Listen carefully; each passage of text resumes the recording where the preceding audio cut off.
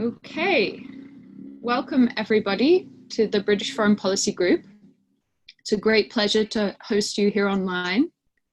We're obviously sad not to be able to bring you together in person in our offices, but in the words of Her Majesty the Queen, we trust that we will meet again. For those who haven't crossed paths with the British Foreign Policy Group, we are a think tank operating at this tension point between the domestic and the international. I suppose one could say helping to reconcile the government's levelling up and global Britain agendas. We understand that the geopolitical choices that leaders are making are compelled by domestic social and political pressures. So these forces cannot be studied in isolation.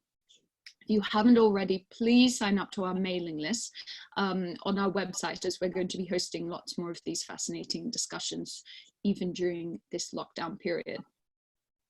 Tonight, we are really privileged to bring together two of the most fascinating and unique thinkers and commentators going around today. And I do not use these words in any way to diminish their gravitas as historians and political scientists, but in fact to elevate them as proficient straddlers of both the research and public-facing worlds, able to help us understand the historical roots and the wider picture at play of the dynamism and the dysfunction that's taking place around us.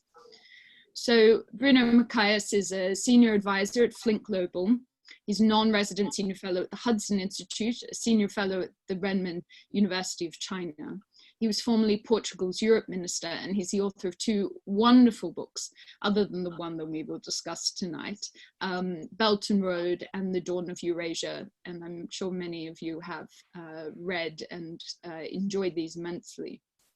And in conversation with Bruno tonight, we are very, very privileged to have the wonderful Tom Holland, an award-winning historian, author, and broadcaster.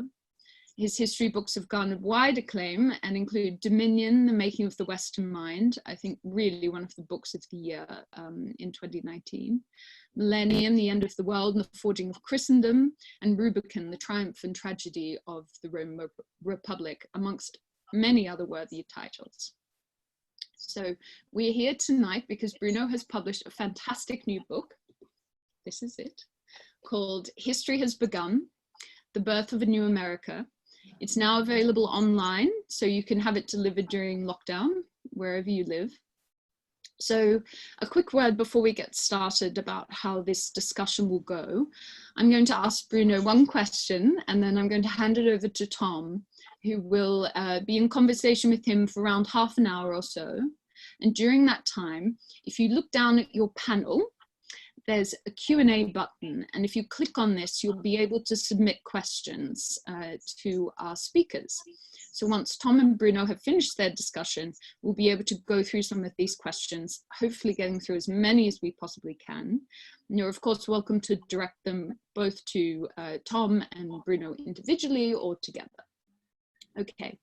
So here we go, and let me start by saying that I think this book really could not be more timely, because although Bruno is clearly, of course, a few steps ahead of the received wisdom with this book, I think the questions that it raises have and will continue to play into so many of the geopolitical struggles that arise in clear view from this pandemic crisis where we are right now. So before I hand over to Tom, just to focus this discussion really in the here and now, before we step back a little bit and take the longer view, I just wanted to ask one question about the United States and COVID-19. Bruno, you've obviously been an active commentator throughout the crisis so far and have a unique purview of being able to straddle both the Western and the Chinese stories. I'm interested in the short and perhaps even the longer term implications of coronavirus for the United States, a nation which seems to hold a kind of perfect alchemy of characteristics at this moment that renders it uniquely vulnerable and kind of ill prepared for this kind of crisis. And it's a health crisis, it's a test of public institutions, it's a test of social trust. I think within the context of your book, how disruptive do you believe this crisis will be for the United States? And what is your expectation of the kind of force and the consequence of this disruptive power on the elections that are, of course, looming on the horizon in November this year? Hi, Sophia. Great pleasure to be here. Thanks for the invitation. And great to be here with Tom, of course. It's a real privilege to be able to discuss your new book with Tom Holland. Now, obviously, I'm very interested, since the book just came out, I'm very interested in seeing how it helps us understand ongoing events during the coronavirus epidemic. I see the main factor in America as sort of permanent escapism, a flight from reality that I talk about in the book, and that I think was reconfirmed by the events over the last couple months. Very obviously, this is represented by Donald Trump pretending that nothing is happening, but not only by conservative media like Fox News are now in danger of being sued because they kept insisting till the very end that nothing was happening, but also liberal media as well, and many examples of that. And I think that reflects a certain orientation, a certain inclination in American society to live in a world of fantasy, a world of imagination. I was listening to a video where different anchors in Fox News talk about the coronavirus, and it's obvious that they feel in a way completely free to invent, because they don't think that reality can ever catch up with them. And everywhere else that would be the case. On the impeachment, on Russia, we live in such a confusing environment of contradictory signals that everything you say may be defended later. So this moment is very interesting because America, understood as this deep form of escapism, of flight from reality, actually is facing something that is almost a textbook definition of the real world, a biological virus.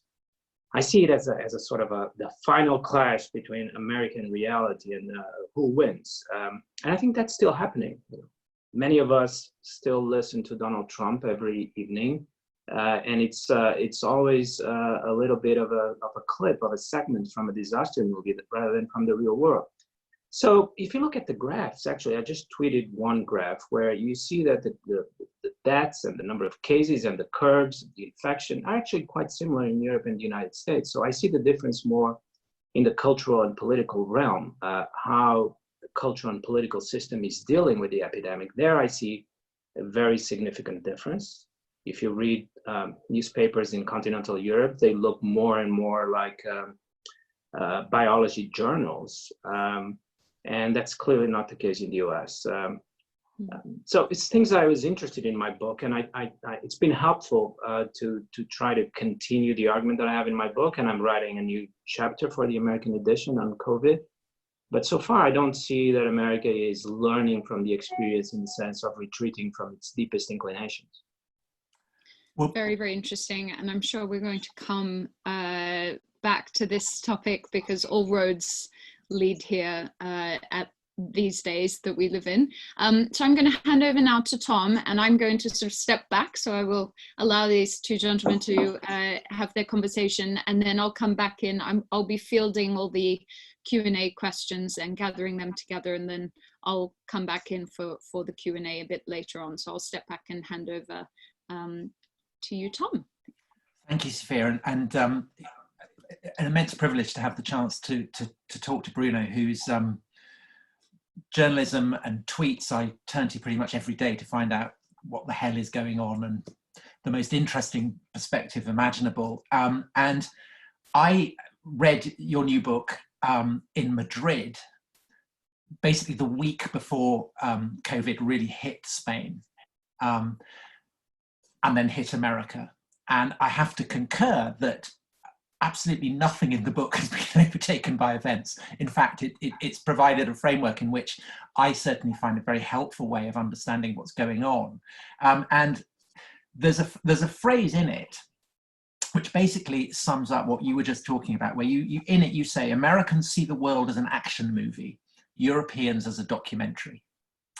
And I should emphasize that this book, although deeply scholarly, drawing on immense reservoirs of experience, is also hugely fun to read. I mean, it is full of witticisms and observations like that. Do you think that this sense of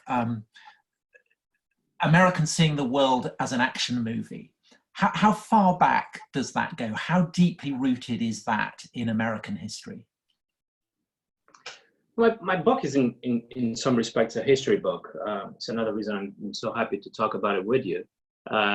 Although perhaps not the most scholarly kind of history. It's very impressionistic and very personal at times. But as always with every historical discussion, I think one cannot find very clear milestones or dividing lines. It all blurs seamlessly into the past. Every now and then I get interested in potential milestones. I think, as many other people, the closure of the frontier is an important milestone. In the end, I get more interested in World War II. In some respects, we have lost track of the most profound impact of World War II and the way it has actually helped the United States and Europe drift apart. It was not the same experience for Europeans and for Americans. So in the book, I'm very interested in the idea that in World War II, European civilization comes to an end of sorts. Then we can discuss whether there's a new beginning or not with the European Union, but an end. And that's not the case for the United States. But even before World War II, I see different inclinations. Clearly, the European tradition is about shaping social reality, transforming social reality. It's about giving it what one would call it the ideal shape. The European progressive revolutionary tradition is about bringing philosophy into society, transforming society according to some philosophical plan. And America, I think, early on, relatively early on, started to flirt with a different solution. Rather than transforming reality, why not just evade it? Why not create an imaginary world? And this, by the way, I never in the book suggest that it is a failing of American civilization. We have to see the problems that the European solution has and the advantages that the American solution has. I also don't think that America, in a way, eliminates the distinction between reality and fantasy, which is a form of madness, of psychological madness. I think what America does is to try to replace reality with fantasy. And that is not a form of madness. Yeah, good. Well, I mean, what you actually suggest in the book is that what America is doing is creating a new kind of civilization. Right. And that what is happening at the moment is not a kind of expiration of American civilization, but the emergence like a phoenix from the ashes of the old. That's right. That's how I start the book, and very topical now with COVID, of course. I quote at the beginning of the book a number of contemporary commentators that essentially see a replay of Rome in contemporary America, something that you yourself have written at least a couple of very interesting pieces about. And I think you're also as skeptical as I am about this strict parallel. So COVID also reintroduces that question. Is really America disintegrating? Or is this one of those periodic moments where civilizations, in a way, go back to beginnings, as Machiavelli said, and have to rebuild themselves up? And it's a question now much more urgent than a year or two ago. I look to America and I see still a civilization in some ways in its rise to self-consciousness rather than disintegrating. I see a lot of energy, I see a lot of conflict, I see a lot of thinking about the future. And so one can speculate about it, but I wouldn't be surprised if America, after these initial moments of chaos and confusion, would actually come out with a new vision for its own future.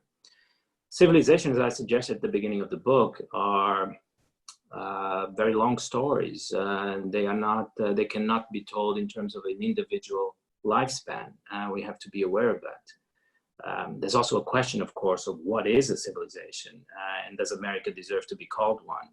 I come out very strongly in the book in favor of the idea that America is or is fast becoming its own civilization, separate from Europe. And I think current events also show this, as Europeans and Americans react to this very, very differently. And you're kind of very, particularly coming from a European perspective, we're always prone to seeing America as a kind of ersatz version of Europe. But at the beginning of your book, you talk about how America is shaped not just by European influences, but by other cultural influences as well. Can you just tease out some of that? Right. I think we see this in debates on race, for example.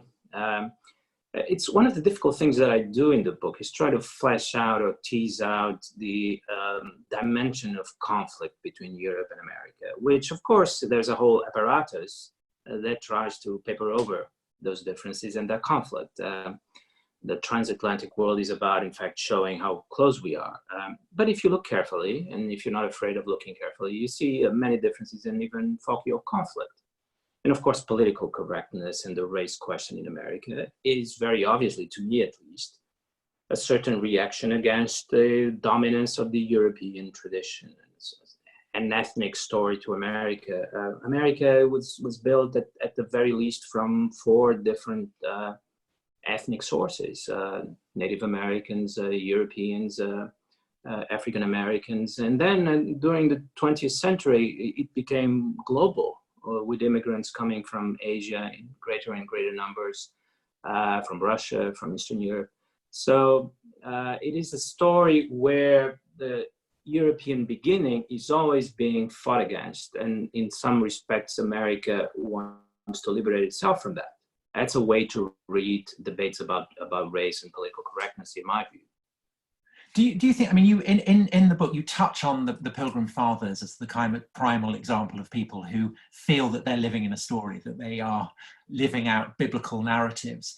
Is there a sense in which, I suppose, I mean, clearly with Native Americans, with African Americans, with all the different various subsections of American society coming from different countries, do they kind of create fictional versions of where they've come from that then bleeds into a kind of overall fictional sense that has fed into Hollywood and TV and novels and all kinds of things? That's a very interesting point. I don't think I make in the book, but maybe I can in a future edition. That's the immigrant stock, in a way, is always rebuilding its own past and going back to the past in order to create a new future. So the life trajectory of immigrants is more open than the life trajectory of those who stay in the same place and have their past right there before them. I think that's certainly true. I'm interested in the book at some point in actually finding at the very beginning of American history this difference, this flight from reality. And you know, if you look at it, what happened with the Pilgrims is, in fact, many stayed behind and decided to try to change English society. And it took 2 or 3 centuries. What the Pilgrims did was, rather than try to sacrifice your whole life and your children's lives in that project, which we call broadly the Enlightenment, they decided to leave and to create an imaginary new world in a very distant geography. So it's interesting that the sort of the fantasy world, the Disneyland world, is there from the start. So when you in Disneyland have a sort of a section that is about the Pilgrims, one could say that that's fantasy, but the Pilgrims themselves from the very beginning lived in this kind of fantasy world. The same thing for the cowboy.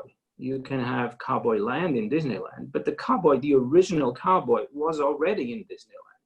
He was already leaving the established cities of the East and going to the West in order to invent a new imaginary life. I think it's interesting that you can go back in the past, but as you dig more and more, you find fantasy all the way down, so to speak. Yes, and so with the example of the Wild West, in a way, the myth of the Wild West is far more influential and therefore, in a sense, far more real than the historical soil that gave birth to it. Right.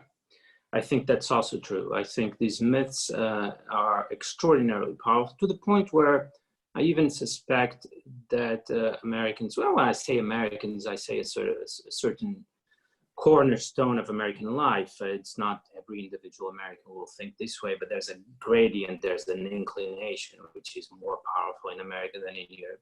But I think the inclination in America is sometimes to not even recognize that this is a fantasy world, to think it is the real world. And so an interesting clash of perspectives between Europeans and Americans is that these things become much clearer to Europeans.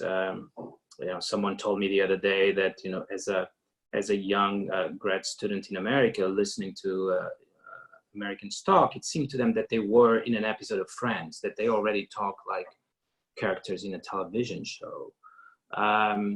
Or I think, Americans, when they listen to Trump tonight, it may look to them like either an offensive or a normal press conference. But to Europeans, if you see the press conference, it looks to us like a trailer from a disaster movie. I think we have a sharper awareness of how strange, unreal events in America are. Doesn't mean that many Americans who are European by character don't feel the same. I'm sure we'll come to Trump, but before Trump, there was a movie star who became a president. And you say about Reagan that he wanted Americans to live more like movie characters, lost in many different identities and relaxed about their ultimate truth or meaning, which makes Reagan, in a way, the kind of the key figure for the process that you're talking about. Yes, because Reagan, as opposed to Trump, is a great philosopher, was a great philosopher. I think Reagan had an intuitive understanding of these things. He had an intuitive understanding that life is a role we play, and that to be always reminded that this role is not real gets in the way of having a good life. And what it did that was extraordinary was to reinvigorate these myths of American capitalism, coming back from the Gilded Age, of American religion, of American family life, without being necessarily obsessed about giving it real content.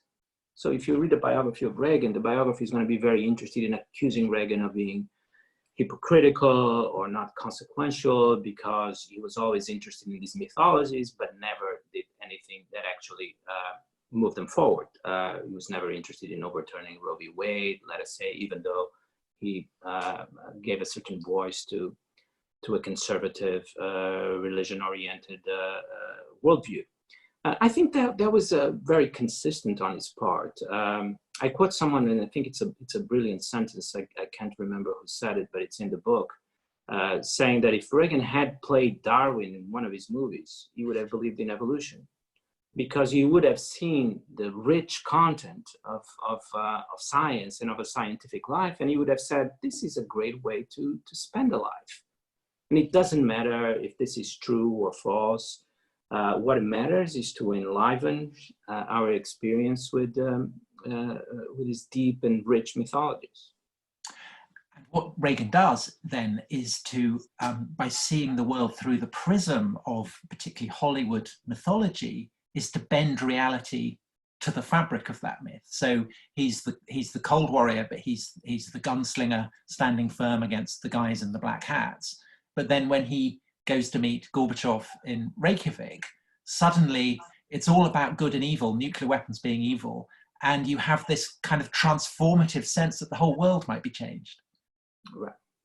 But even there, there's a certain, it creates that Star Wars mythology, but then doesn't carry it through, nor does he take it completely seriously himself. Many people were afraid at the time. It was part of the 1984 electoral campaign that he would start a nuclear war. In fact, what it started was negotiations with the Soviets. So again, he was always inside the story. And that has advantages. I think we also see in Trump, that has the great advantage that we don't run the usual risks and dangers of living in reality. I think it's something that Trump has showed as well, until, of course, the virus strikes, which raises different questions.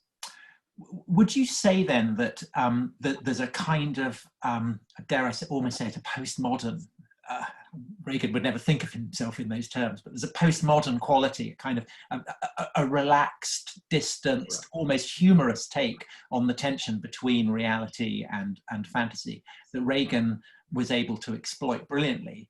But then in the wake of 9/11, when people in the White House talked about America as a hyperpower being able to create its own reality, that then became something slightly more dangerous and slightly more damaging. Or would you not see that? No, that's right. So I do discuss those developments and the war in Iraq, and I interpret it as continuation of this flight from reality, but can still be criticized. And I criticize it, let us say, internally, by pointing out how poor a form of fantasy and storytelling the war in Iraq was.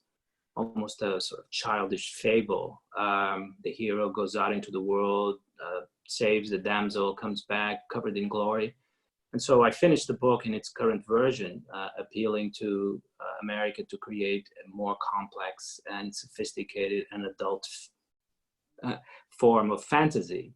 And that, of course, would be in a way the novel, where different complex characters live together. Why not think about American foreign policy in these terms, where rather than trying to impose your will upon the world, you are trying to bring different characters together, giving them space to grow and to move. So I don't, I try, and I struggle, of course, with this problem. I try not to fall into the trap of thinking, well, if this is fantasy, then everything is allowed, because there are better and worse forms of fantasy. And finally, we make this point before we run out of time. I don't think this idea is strictly could be called postmodern, because there's a second movement here. Fantasy colonizes reality in America. So we're not left with a world where reality is on one side, and then there is a realm of fantasy where people can perhaps leave or take their holidays. I tried, for example, to explain the most marked characteristics of American society today in terms of this framework: the death penalty, the role of religion, the role of political correctness, the gun question. So I think there's actually a potential, which I don't, of course, develop in the book to the extent that it needs to be developed, but a potential sociology of fantasy, where we're not talking about television, and we're not talking about Trump's press conferences. We're talking about the deep structure of American society and the way we can actually interpret in these terms.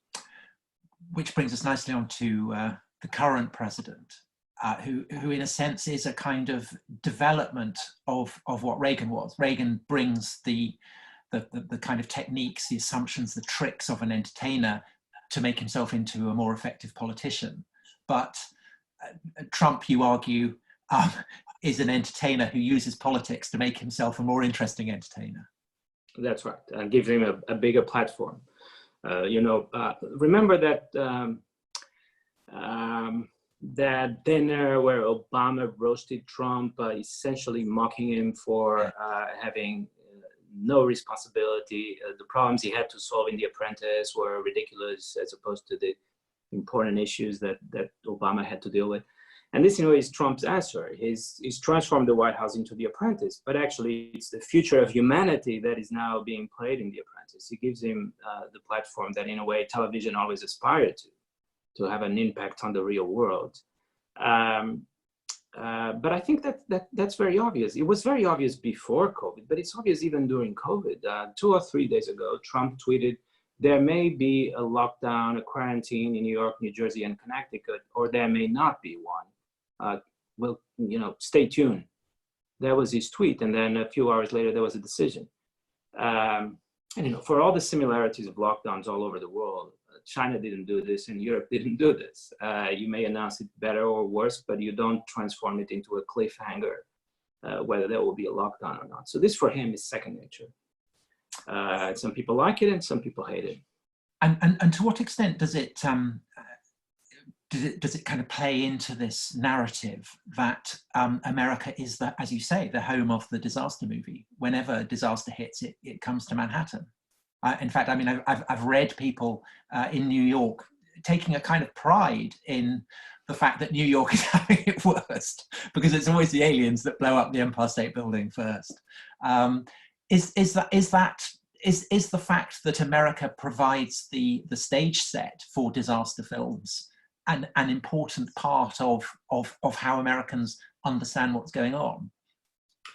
Right, and it does look quite a lot like a disaster film, at least in the sense that, in disaster movies, I've been watching a number of them in the past week or two. In disaster movies, there's let's say the nuclear event or the biological event.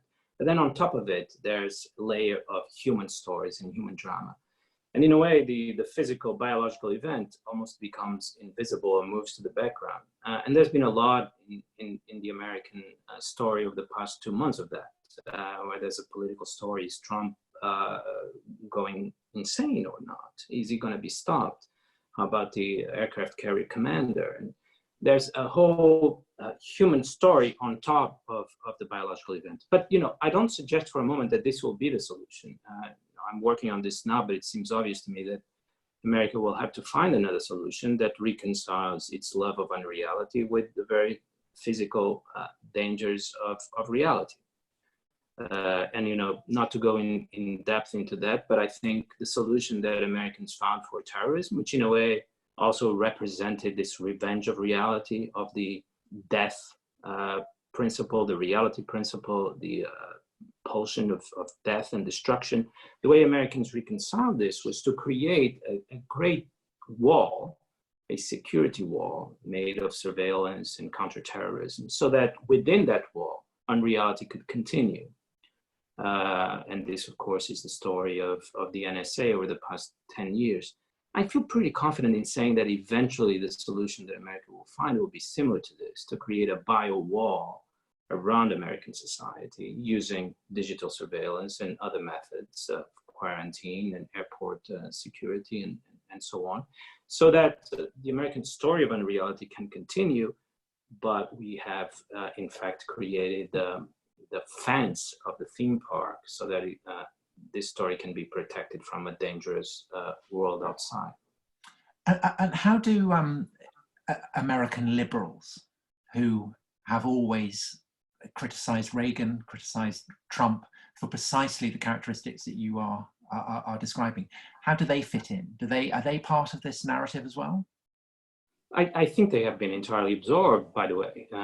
You know, we can find always a few exceptions of people that are really almost European expats of some kind and have a very obvious European sensibility. But the vast majority of American liberals, let's not forget, were involved in this extraordinary storytelling about a Russian conspiracy similar to the Manchurian Candidate, which defied belief, I believe. And they not only engaged in it, but they took enormous pleasure in taking it to the most outrageous extremes. And they actually seem to feel a certain nostalgia and looking for ways to revive that story. But I think is now really present in American society as a whole.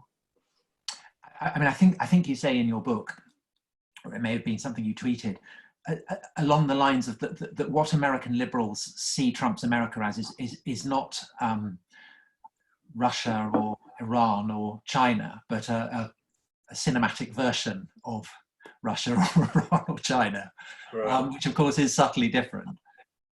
That's right, because you know, if you listen to Trump and see some of his decisions, they are typical of an autocrat. But in reality, American society has not become an autocracy. And I feel in a way vindicated in saying that, which is a risky thing to say 6 months ago, because I still see, you know, if Trump was interested in pulling an Orban during this crisis, I guess he would already have started. I don't see that. I see he's interested in his usual tricks, but not transforming America into an autocracy. And the same thing for religion. If you see some of the speeches, I quote, I think, one by Attorney General Barr, it sounds exactly like what an Ayatollah in Iran would say, but it's not the case that America and Iran are the same. So there's an attempt to inject American life with rich content, which could be religion, could be nationalism, or could be socialism with Bernie Sanders. But that always stays quite separate from real socialism, real theocracy, or real autocracy. And that's the protection that unreality gives us, by the way. And so looking ahead to November and the election, how do you think this is going to play out? You've got Trump suggesting that everyone takes a wholly untested drug, and you've got Biden self-isolating and wearing face masks. Which approach is going to be more appealing to the American electorate, do you think? I mean, it's entirely possible that Trump will lose in a landslide. It depends. There's still time for the economy to recover, but it's entirely possible. Although I think the normal rules don't apply. So when people draw their usual economic models about the unemployment numbers, I don't think those apply anymore. This case is clearly unprecedented. It's possible that Biden would win, but you know, remember that Biden, in a way, he was never very interested in reforming American society in the way that, let us say, Elizabeth Warren was. He's interested in getting rid of Trump, but everything else can remain more or less the same. So those, particularly Europeans and some American progressives that were dreaming about, let us call it, the return to reality, where Americans would finally decide to realize deep reforms having to do with healthcare, having to do with guns, and so on. I don't think Biden is representing that. What I say in the book is that Biden, in a way, represents turning off the Trump channel, and everything will go away.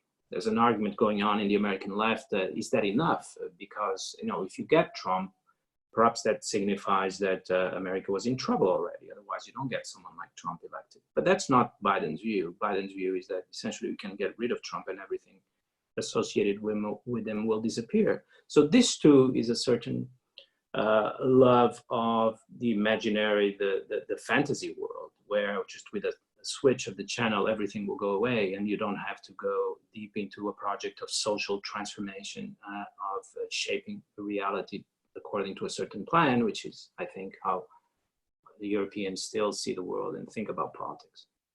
And how do you explain the fact that at a time when there is an ongoing youthquake in the United States, a sense of reanimated activism, progressivism coming from the universities, coming from young people, at the same time, a huge concern with identity politics, with gender, with race, that the two candidates in the election are going to be two, by the standards of any previous election, very, very old white guys.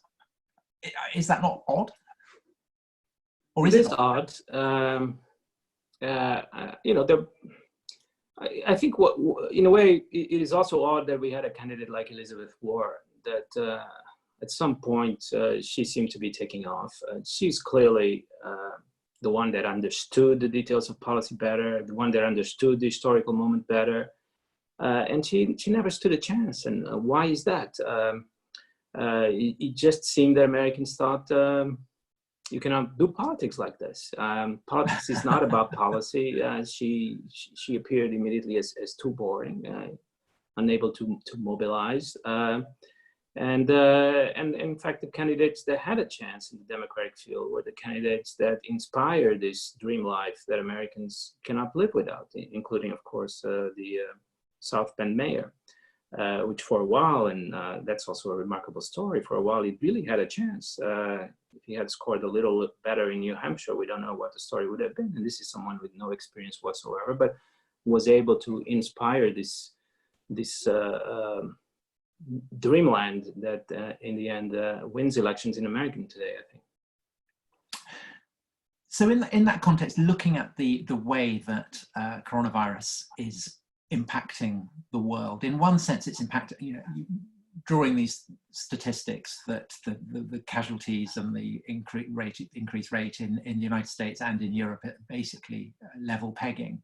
And yet there are these incredible cultural differences in the way that does that reflect fundamentals within the society, or does it reflect different ways in which the virus is attacking different aspects of different countries, different, part of their cultural fabric?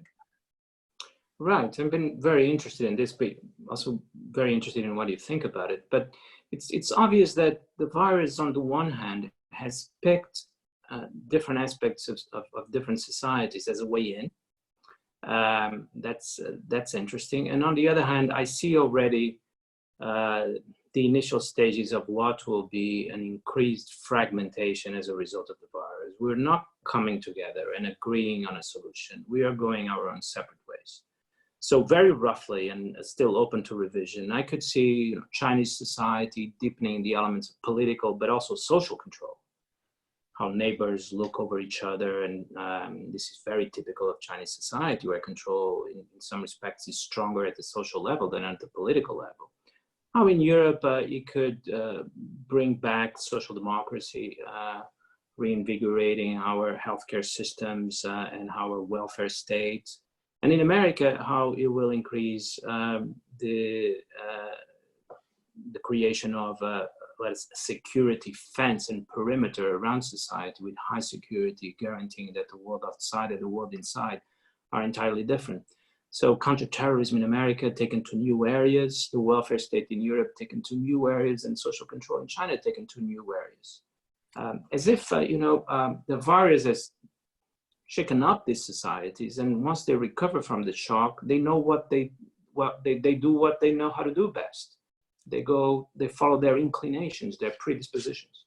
And so who do you think, which cultural tradition do you think will emerge strongest from this kind of terrible experience? Well, if you follow me on Twitter, you know that I'm continue to be very pessimistic about Europe, but hopeful in the absence of deep radical reforms, but still hoping that they will happen.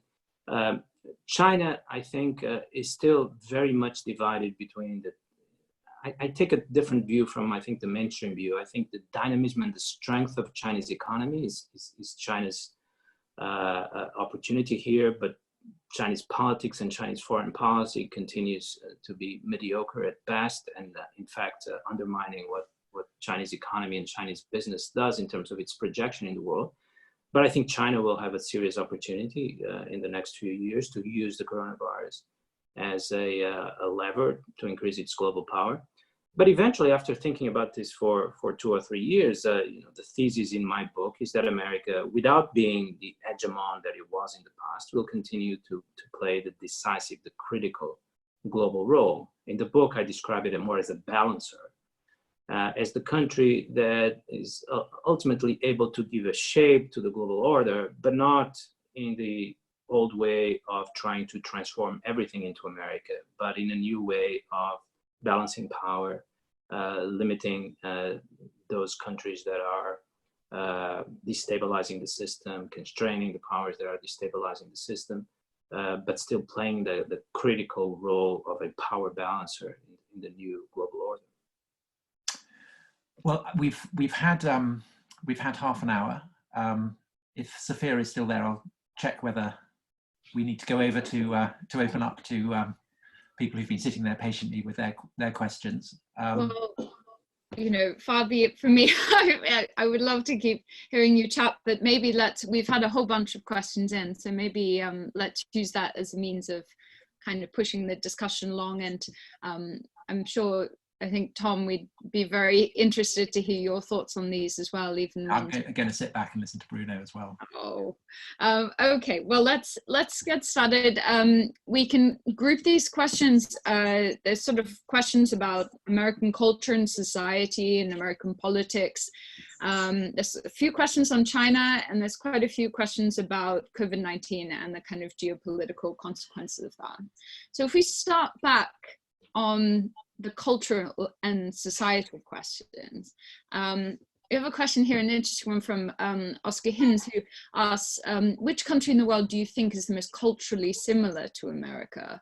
And I think to make this a little bit parochial, I'd be very interested to hear about your thoughts on the relationship with Britain and the comparisons there, because it always seems to me that there is some sort of perceived psychological cultural affinity with the United States, and we're very different from Europe over there, when actually in many ways over the past sort of 20-30 years we've really sort of become a kind of European social democracy. So I'd be very interested to hear your thoughts on this, Bruno.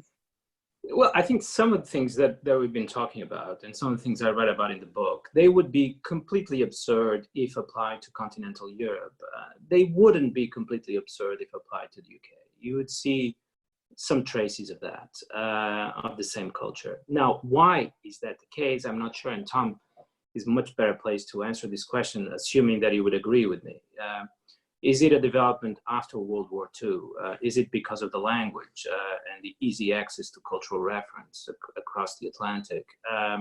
Clearly, after World War II, the two countries came close in a way that never happened with continental Europe. So without saying that the book would apply to the UK, I think, even during COVID, some of the things that I've said about what is happening in America, they would apply with considerable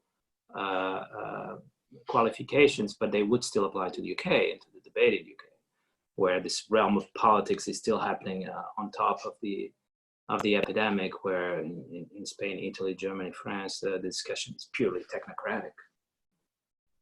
Maybe, Tom, you might have some thoughts about what you think is distinctly British about the response? I think that the similarities between the American and the British, the lure of fantasy for both, I think is rooted in the distinctive strain of Protestantism that shaped the Atlantic world in the 17th and 18th centuries, and which was most seismically illustrated by the decision of abolitionists in Britain, and then in the long run in the United States as well, to get rid of slavery, which was an absolutely staggering geopolitical move without precedent.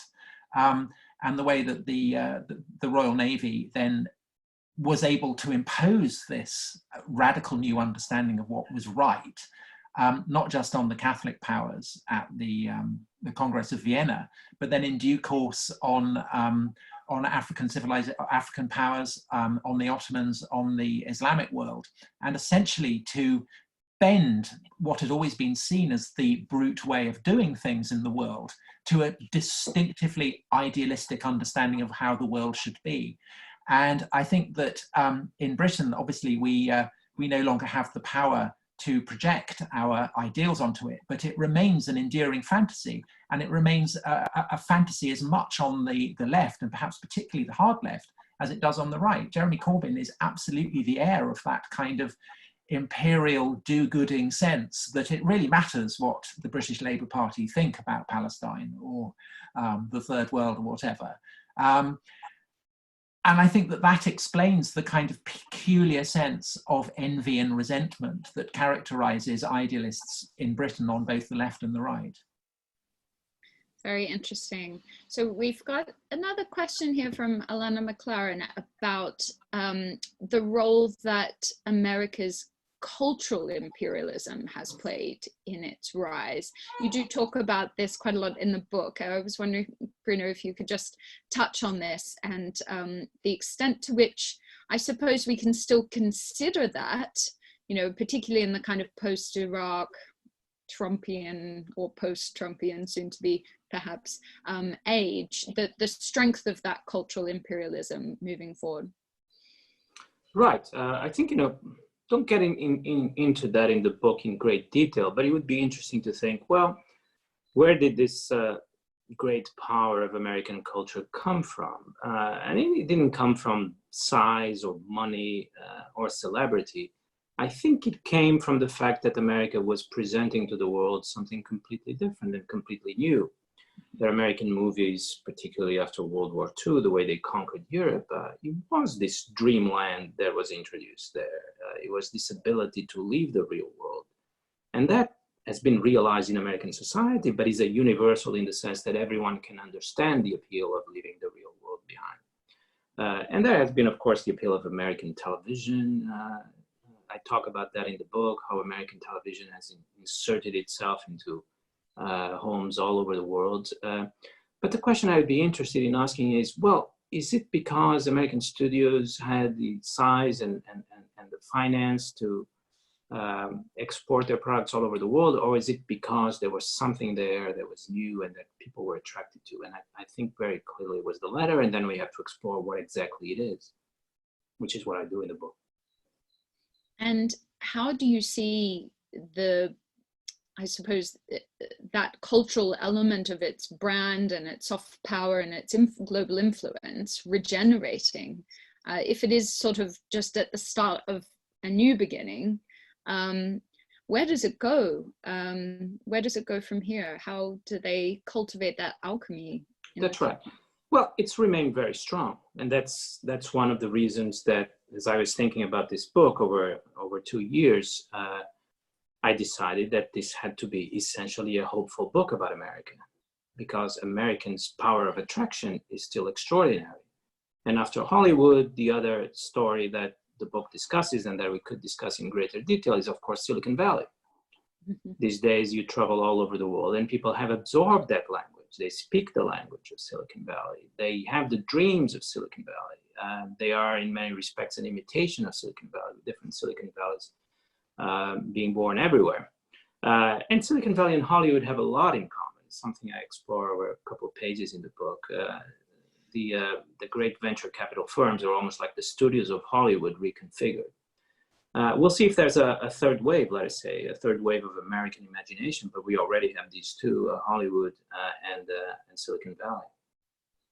Fascinating. So we've got a whole bunch of questions here about China and the dynamics between America and China. There's one question from Remy Osman. How has China's rise changed American reality? And these are two big questions all in one. So feel free to just get to one. And does China operate its own version of reality? Well, I say in a sentence in the book, as Tom said, the book sometimes, and some readers will like it as one, sometimes gets out of very long and difficult discussions with an aphorism. One that answers this question is that in a way, China represents reality and America represents unreality. China, if you live in China, the official discourse of the Communist Party is seek truth from facts, always seek truth from facts. I think this is slightly counterintuitive. We still think a lot in terms of we in the West have our fit in reality. We don't have propaganda. We are in love with truth, with the scientific method, with the free press, and China lives in an imaginary world. I don't discuss it enough in the book, but I'd be very interested in turning this upside down, because it seems to me that China lives in a sort of precise definition of reality that is materialistic, that is economic, that comes from Marxism. And America, in a way, offers the hope of unreality, because it may just be the case that reality is too much for human beings to bear. And as you follow the discussion between Americans and Chinese, think whether this doesn't actually help you understand, on the one hand, the appeal of American society, and on the other hand, what distinguishes them. The prosaic, realistic, how Xi Jinping goes around and visits the bathroom in Beijing hutongs. There's a video on the internet. He goes to Beijing hutongs to see the new bathrooms, and he actually inspects the toilet. At the same time that, Donald Trump is in Mar-a-Lago looking at secret plans to bomb Syria with flashlights under the palm trees. And these are two images of society, but what is the society that in a way lives in the prosaic real world, and what is the society that lives in imagination? But for many people around the world, it is better to live in imagination than live in reality, because reality is single, one-dimensional, and imagination leaves you free to roam. That would be my preliminary response. Is that why you think that Chinese attempts to spin fantasies are so bad? I know that you've been getting very agitated by claims by Chinese diplomats that the coronavirus comes from America and they're kind of laughably bad, as opposed to the very sophisticated quality of American fantasy. Yeah, because American propaganda is in many respects like a movie or a story. It gets under your skin before you notice it, and it teaches you not through doctrine and indoctrination, but through the story itself, which is a way of being taught without being aware that you're being taught. So I think that's obviously true and explains some of the differences. I think there was something else in your question, but I see that difference. Yeah, and I mean, Tom, maybe you can give your thoughts on what it's this construction very much of China and the United States. We've had at various periods in the 20th century, we also had the United States and the Soviet Union. In a broader historical context, what is the importance and the value to governance of having that one other kind of constructed, not necessarily enemy, but competitor on the world stage for other empires that have come before us? I think that to go back to the idea that America is Rome, which I think both Bruno and I think is not remotely true, but it matters to people in the West that the key thing about empires is that they rise and they fall. And the reason that we think that they rise and they fall is because Rome serves for all of us as the primal example of an empire, and that famously did decline and fall. but in a sense, China stands as the kind of exemplar of an empire that hasn't fallen. Xi Jinping, in a way, is kind of recognizably the heir of the first emperor, in a way that Donald Trump is not recognizably the heir of Augustus. And the fact that China was ruled by foreign dynasties did not prevent those foreign dynasties from ultimately being absorbed and becoming Chinese in a way that the Franks or the Ostrogoths or indeed the Arabs or the Turks did not become Roman. And so I think that the whole way that we understand the dynamic of great power interplay, the relationship of empires, what indeed an empire is, again, is profoundly culturally determined. There is no kind of, in a way, what the Chinese think of as a great power and what people in the West, since the fall of the Roman Empire, have thought of as a great power are very different things. And again, you know, this is as much about the interplay of fantasy as it is of the brute realities of geopolitical power, because what are the brute realities of geopolitical power? The very attempt to try and define them takes you into cultural dimensions.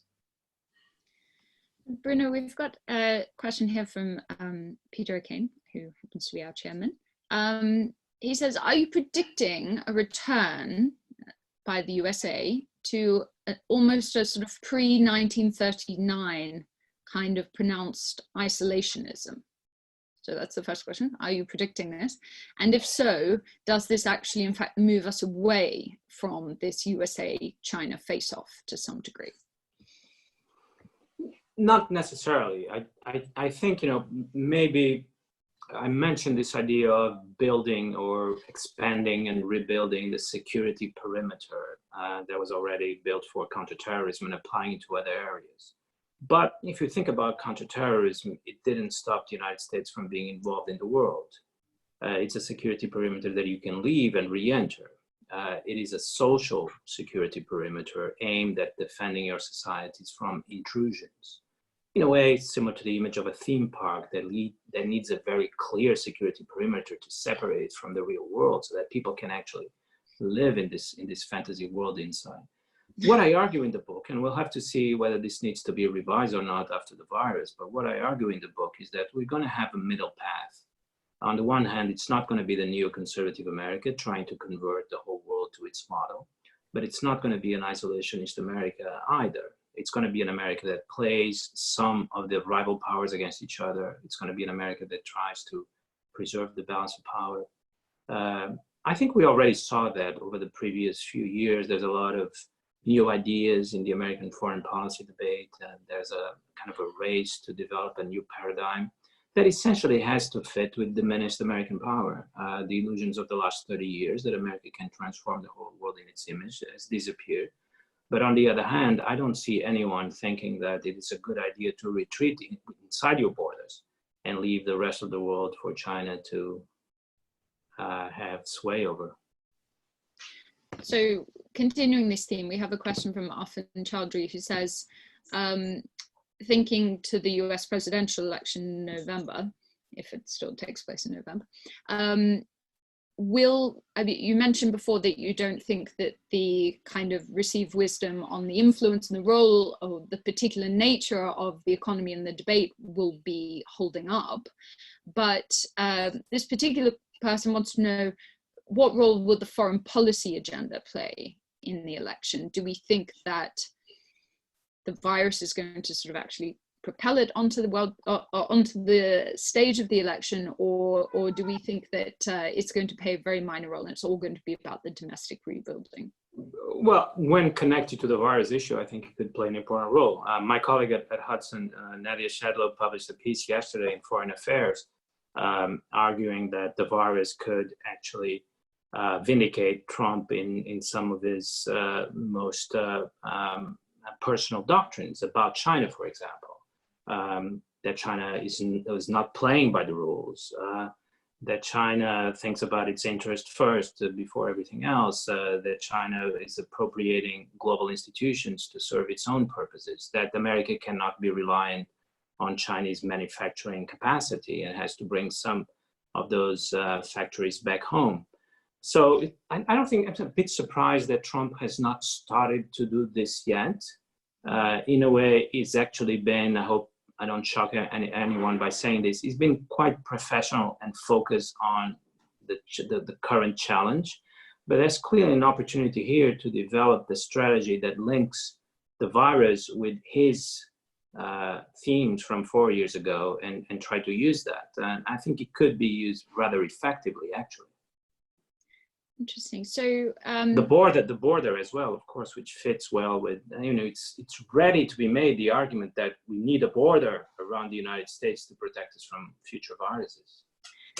Yes, of course, because borders during this pandemic have been positioned as a sort of area of weakness. It does seem that the challenge for promoting connectivity, openness, etc., which was already a little bit under strain beforehand, is probably going to be. There's some Trump videos that are already circulating where the campaign uses some statements by Biden back in January saying that Trump's travel ban was racist and xenophobic.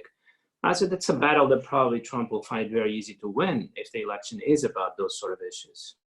Interesting. Assuming that the economy is on demand by then, in some sense. So another question on the pandemic here. So this is a sort of broader lens question. Do you think technology in a way will kind of have a sort of another renaissance and flourish because privacy concerns might be pushed aside because people are more, people prefer less privacy over less liberty. So do you think that technology will come out of COVID-19 in a sort of resurgent fashion?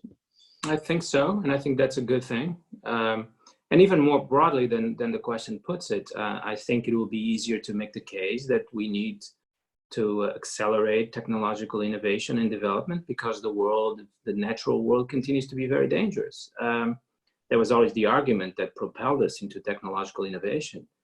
The frustrating thing over the last 10, 20 years is that the people calling for that kind of acceleration have to use almost aesthetic arguments that human creativity or inventiveness or the love of adventure should be given more space. And so almost like Elon Musk was propagating his ideas was rooted in those arguments. But those arguments were never going to be powerful enough to face the regulatory and political resistance. I think we now have an entirely different situation where people wanting to push for that will point to the virus and say, well, in the case of privacy, do you think that the best kind of privacy is to be locked down in your home, in your town? And we can do something better if you let us do it. You mentioned before when you were speaking with Tom about the United States sort of moving towards I suppose, enhancing its surveillance. Do you think that it will move towards becoming a China-like surveillance state in the future? Well, I think there's a conceptual difference here. You can use surveillance to protect your society from intrusions from the outside, or you can use surveillance to control your own society. Now, what I have in mind, to be very concrete rather than abstract about this, so the NSA and other intelligence services in the US already spend a lot of time, let us say, looking at Google searches. If you're looking for explosives and if you're looking for particular authors, you might draw attention to yourself. Well, the same could be done for pandemics in a different way. But if people in a particular cluster are looking on Google for specific symptoms, that could be detected immediately, and a sufficiently powerful AI could tell you what is happening. Now, my instinctive reaction is to say, yes, we need something like this in the future. It's better than the alternatives, if this is what is meant by surveillance. Now, those that think that the counterterrorism policy was misguided from the bottom up will probably have a problem with this as well. But those who thought that it was a question of finding the right policies, the right balance, will probably be interested in looking at that here. Maybe we don't have to make the same mistakes that we made with counterterrorism, that America in particular made with counterterrorism. So another question on COVID-19 is obviously on everybody's minds at the moment. I think this is interesting. So this is from George Jackson. What can we learn from America's response to coronavirus in terms of how it might respond to climate change? I think it's probably going to be very similar. Well, first of all, before we turn to America, I think we have to be prepared for climate change, just like COVID, to become a battleground for geopolitical competition. That's very sad, very tragic. It's what China is doing. Every day a Chinese diplomat goes to social media and traditional media to point out how the United States is failing and China did so well. And I think with climate change, it might be the same thing, that some countries will actually try to take advantage of the situation. If a country is less able to mitigate the effects of climate change, perhaps industry will migrate from that country to your country if you have more resources and more ability to mitigate it. And I always thought that the framework where the whole world would come together and fight climate change together was unrealistic. And I think the virus example shows us that it is unrealistic. And then America, I suspect it will be the similar reaction. It already is. Escapism before everything else. If we live in the world of fantasy, then nothing can touch us. And then there will be a learning process, as there has been with the virus. But what I see in reactions is the same people who 3 months ago were telling us that this is nothing to worry about are now telling us that climate change is nothing to worry about. So human nature, human beings don't learn. I want to just pivot a little bit now to Europe, because we've had a bunch of questions come in about Europe, which is good to see. So I think, so the first question is from Veronica de Lalamo, and I'm sorry, I'm probably butchering that. But she particularly wants to know the role that in the kind of wake of COVID, that China may continue or not continue to play in Europe on the technology front. So I think the question that is on everybody's minds is what happens to Huawei, which was obviously a huge dividing line already geopolitically. With the situation now with China, will there be grist to the mill to sort of move nations away from that, or are we still actually, and in many ways, you know, with this pandemic, everyone's on technology all the time, so we're becoming very conscious of the need for it. What will win out in the wake of the pandemic? Right. So I think the initial response is to increase the skepticism about China. First, because China has really sort of showed its teeth during this crisis, how competitive, how aggressive China can be, how bent on increasing global power it is. And many people didn't know this, but some of us did. But I think it's obvious to everyone now. So there will be a reaction in Europe of saying, well, this is the China we have to deal with. And I expect that will have consequences for the Huawei debate. But then there's a second phase where China does have an advantage. Well, we'll see the economic consequences of COVID in Europe, particularly in Southern Europe. And we remember that in 2010, 2011, China was able to buy very valuable assets at very attractive prices, for example, in Greece, but also in Portugal, the Piraeus port or the energy network in Portugal, because these countries had no choice. And we may be in a situation where other countries, Italy, Spain, will find themselves facing an incredibly deep crisis, deeper than 2008, 2011. And that usually tends to break down resistance to those acquisitions and to working with China. So there's an initial moment, but it's a dialectical process. And the second moment is probably more important. I don't know if people are preparing for that. But I know Germans and the French were very disappointed that they didn't have a policy in place back in 2008, 2011 to reduce Chinese influence. Do they have a policy in place now? Doesn't seem that way. We have a question from Dominic Smith, which I'm just going to extrapolate out into a slightly even bigger question. This is about the fact that obviously there's no kind of substantial European security and defense policy. So what will the role of Europe be in this kind of new geopolitical struggle? And I think the bigger question, and maybe Tom also has some thoughts on this, is, you know, can Europe be a great world power? Tom. I'm going to let you go first on that one. Well, I think it can. I always thought that Europe needed a geopolitical crisis to wake up and I thought that could have to do with energy, could have to do with Russia, could have to do with China, even refugees and Syria and Idlib. That's what I think were the candidates before COVID. Now, COVID is different. It's not a geopolitical crisis, but it could still be an opportunity, especially the economic crisis that is coming and that will hit us very hard, could be an opportunity for Europe to actually develop the instruments of common power. So far, what the crisis has shown is that instruments are not there. Everything is kind of dissolved away. When we have a serious crisis, every citizen turns to its state and the European Union disappears. Has not been present at all, apart from the European Central Bank, but the Commission and the Council have disappeared. Will this be enough, or will this be just one of the many crises that have been wasted, and do we have to wait for a more serious one? But I do think that Europe still has that reservoir of power and ambition. We've seen that with China in the past 2 years and even in the past 2 months, that the Europeans react very badly to these clumsy maneuvers by China to increase its influence and to do propaganda. Europeans, by the way, are very sophisticated about these things and they see them coming.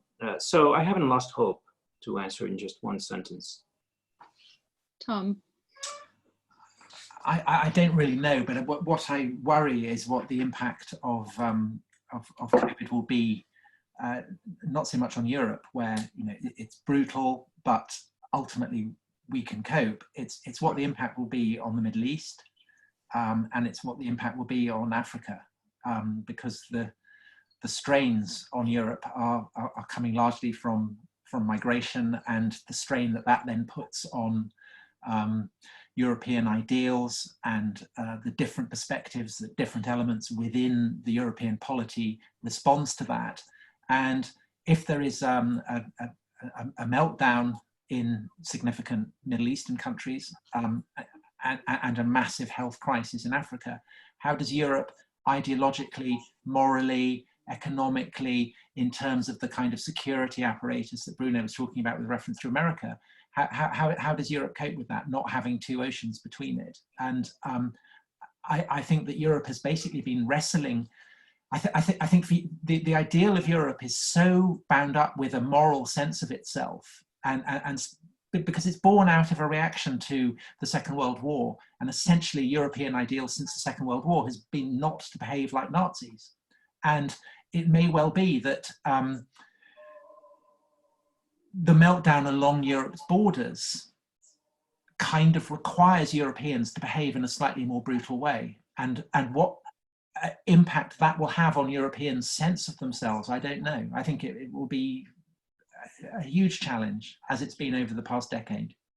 To add to what Tom is saying, imagine if next week Russia decides finally to move on Idlib. About 1 million or 2 million Idlib residents would flee to Turkey and then to Europe. And perhaps it's the case that Putin is busy with COVID and doesn't need anything else on its table, or perhaps Putin will decide that this is actually the moment to strike, but he's been playing with that possibility for a long time. Now imagine in the middle of COVID, 1 or 2 million refugees show up at the Greek border. So we have to realize that our position is extraordinarily fragile, and we are already dependent on the decisions that others make. I mean, and on top of that, the kind of nagging sense that statistics in most countries are not to be trusted. I mean, do we have any idea what the spread of COVID is in Syria? Or, I mean, remember reading at the beginning that Pakistan, which lies between Iran, where we knew that there was a massive outbreak, in China, reported 3 cases. These figures seem improbable. Even if it turns out that high temperatures offer a high degree of protection against the virus, which may be the case according to some studies, that shouldn't entirely reassure us, because some of these countries are going to suffer the brunt of the economic impact, even if they're able to escape most of the health consequences. Pakistan, India, Indonesia, countries in Africa, tourism will collapse, dollars will flee to other markets. the economies will collapse. Some of the very fragile governments will collapse as well.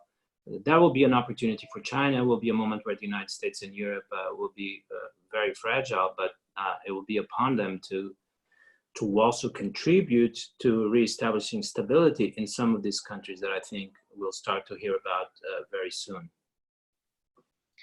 It's so interesting. I mean, we thought we were going to be having this big COP summit later in the year in Britain. That was going to be sort of really the focus, and a lot of grist to the mill with the integrated review as well, and starting to think, you know, about this more kind of strategic deployment of all of our different international activities. And it seems this pandemic is going to just sort of push all of that into really sharp focus. And I suppose the one optimistic note for Britain is that at least we have the infrastructure of an integrated review in place, because certainly I can imagine every other nation is going to have to undertake this kind of thinking. So hopefully we can start at least not on the back foot there. We're going to have to leave it here with the discussion, and there are a bunch of questions we haven't been able to get to, but I can tell you that many of them will be answered if you buy the book. So here's the beast itself. It's a really wonderful book, and you're such an engaging, compelling writer, Bruno. It's really a joy to read, and definitely something that all of you should be going out and buying, especially now you're locked in the house and you may have the time to get to these sorts of things. So it's rather strange because we can't compel a round of applause, but I want to thank then on behalf of our audience as well, our two wonderful speakers. So Bruno, thank you so much. You've been incredibly generous with your time, and to Tom as well, our wonderful interview leader, and also so wonderful to have your thoughts on this as well. So thank you very much for both being so generous with your time and with your thoughts. And we'll be following both of you very closely, of course, on Twitter throughout this crisis, and we hope to have you both back again soon, whether virtually or one day when we meet again. Yes. And all I would just say to finish as well is that we are recording this conversation and we'll be sharing that as soon as we can online. So please tell all your friends and anybody you know who might have missed out on joining us today. And the British Foreign Policy Group has a newsletter as well. It's free to sign up. We announce all of these types of events and other interesting things on there. So please do sign up on our website. And I think from us, that's good night. And I hope you all have a wonderful evening, and we'll speak to you soon, and keep safe and well during these difficult times. Thank you very much to Bruno. Thank you, Sophia. Thank you, Tom. And thank you to all our viewers. Thank you so much. Goodbye. All right.